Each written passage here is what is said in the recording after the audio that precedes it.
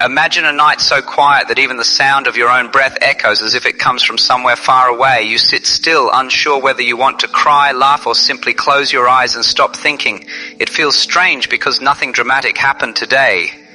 There was no sudden loss, no bad message, no event that should have shaken your life. Yet somehow everything feels empty, like there is a thin layer separating you from the world you used to know. Your work, which once made you proud, now looks like nothing more than a routine waiting to be repeated. Your relationships feel flat, like conversations that flow only because they're supposed to. Even the dreams that once excited you now seem like blurry shadows. You remember, but no longer chase. And then a big question appears, quiet but piercing. What's the point of all this? Why should I care? You begin to realize this is not just fatigue nor a depression that can easily be named.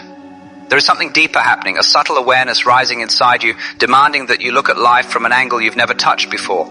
Usually when this emptiness arrives, people react in two very similar ways, though they appear opposite. The first reaction is panic. You try to run from the emptiness by working harder, taking on new activities, stacking distractions, scrolling endlessly, or forcing yourself to find instant meaning. You join motivational classes, create big plans, reorganize your life as if clarity is just one productive schedule away, but all of it ends in the same place. You still feel empty. The second reaction is giving up. You start to feel that maybe life really has no meaning. You let the emptiness turn into a quiet cynicism. If nothing matters, why bother? You stop trying, stop hoping, stop caring about anything, as if refusing to care would reduce the pain. But both reactions, though they look different, come from the same place: fear. One runs from reality, the other becomes paralyzed by it, and you've probably felt both at different times. You've forced yourself to be productive to chase the emptiness away. You've also sunk into a whatever attitude because you thought nothing mattered. You understand both sides because they are part of your life, but there is another way. A third path that rarely gets attention because it isn't loud, but it is the deepest of all. This path doesn't ask you to run, nor to surrender, nor to force new meaning onto yourself. It invites you to see the emptiness not as a problem to fix, but as a door. A quiet gateway that appears when the old meanings that once supported your life begin to crumble. You may think you're losing direction, but what you're actually losing is a map drawn by others. The feeling of nothing matters is not a sign of destruction, but a sign that your old way of interpreting life no longer fits you.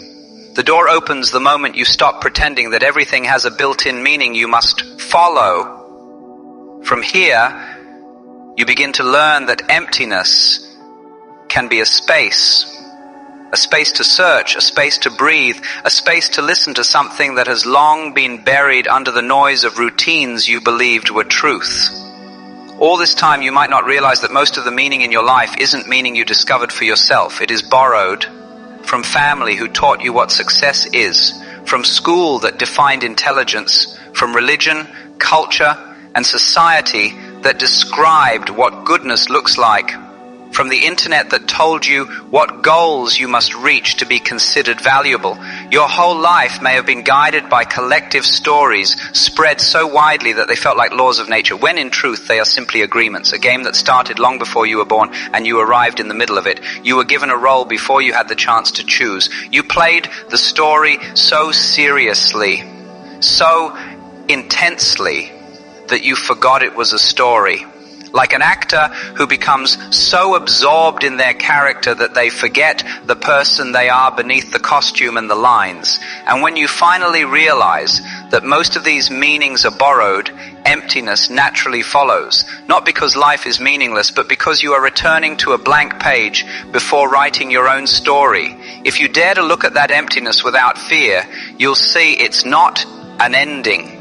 It is the beginning of freedom. For the first time in a long time, you're no longer tied to someone else's definition of a good life.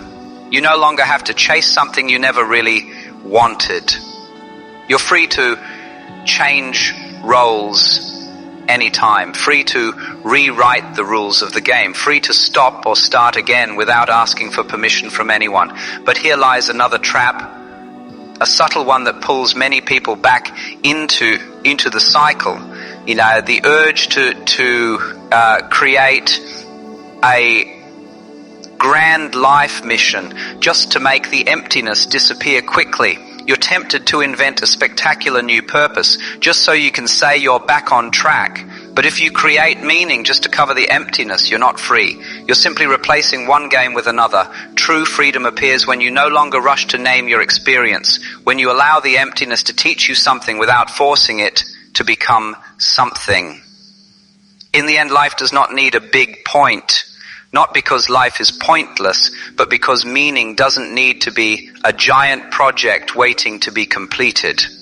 Life is more like music.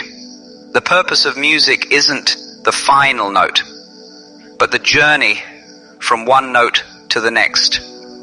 You don't listen to a song just to reach the end. You listen because of the melody itself. Life is also like a dance.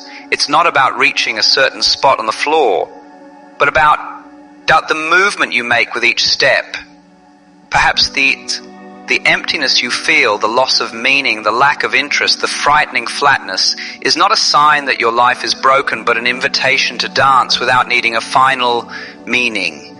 When you stop forcing life to have a big point, you begin to realize a simple truth. Life is not something you must win. Life is something you must experience. And as this perspective slowly sinks into you, the emptiness that once felt heavy begins to shift into something lighter, almost like a wide space that no longer scares you. You begin to see that life doesn't need to be serious all the time to feel meaningful. You can work without the burden of being significant. You can love without needing to be perfect. You can pursue something without fearing failure. You can try without having to prove anything. You can feel calm without forcing yourself to be happy. You can take small steps without knowing where everything will end. Life becomes a bit more playful, not in the sense of not caring, but in the sense of being free, free to feel, free to pause, free to continue, free to be a whole human who doesn't need to always have answers. Then the big questions come, the ones you can't avoid. What about failure? What about death? What if you're forgotten? But the more you reflect, the more you see that impermanence is exactly what gives life its worth. You don't hold anything forever, and that is what makes it meaningful. Like a sunset that is beautiful precisely because it slowly disappears at the horizon. Like a flower that blooms then wilts, making us appreciate it while it lives. Like a wave that rises, then returns to the sea, never the same, never stopping. Everything beautiful in life exists because it is not permanent, because it changes, because it fades, including the emptiness you feel now. It comes as a guest, teaches something, then leaves when you're ready. And while it is here, it invites you to see life not as something to preserve, but as something to live. There's a simple story about a child playing at the riverbank. He picks up leaves, places them in the flowing water, and watches them drift away. A grown man sitting nearby asks, "Why do you keep doing that? What's the purpose?" The child smiles, unbothered by the question. He picks up another leaf, sets it on the water, and replies, "The purpose? I don't know. I just want to see where this one goes." And he laughs gently, enjoying the moment without needing a great reason.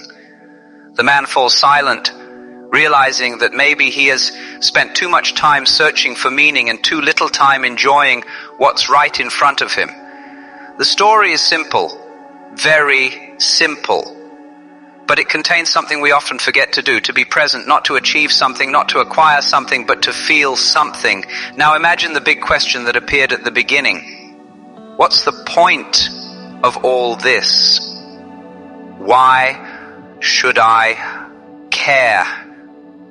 After walking this far, the answer may have changed. Maybe now you no longer look for it in the future, in some abstract place that hasn't arrived yet. Maybe you find it in the small steps you take, in the air, moving in and out of your body, in the simple moments you once overlooked. You no longer need to force the emptiness to disappear quickly. You no longer need to pressure yourself to discover a grand meaning overnight. You just need to be here now, because when you stop searching for a giant meaning, you create space for life to sink in as it is. And maybe, just maybe, that's where meaning finally appears, not as something you chase, but as something that quietly grows within you. And from all this, one simple line remains. Life does not demand that you find meaning. Life only asks that you notice it.